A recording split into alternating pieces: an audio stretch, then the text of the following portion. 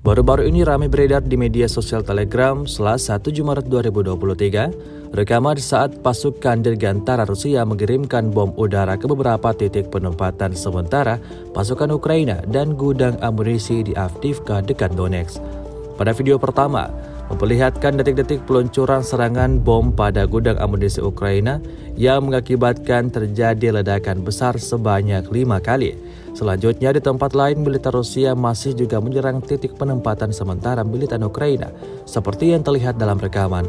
Ledakan besar terjadi pada posisi target lebih dari 3 kali. Insiden ini tentunya lagi-lagi membuat angkatan bersenjata Ukraina alami kerugian besar.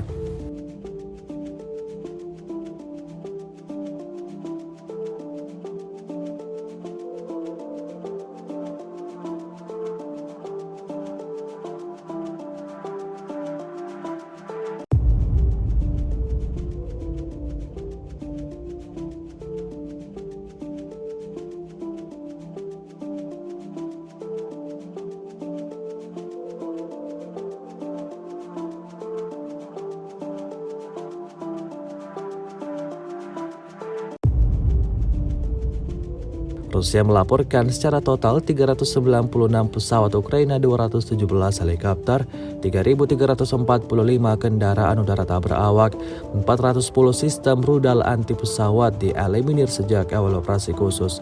Sementara itu dari kubu Kiev, Kementerian Pertahanan Ukraina melaporkan 650 tentara Rusia dieliminir dalam 24 jam terakhir.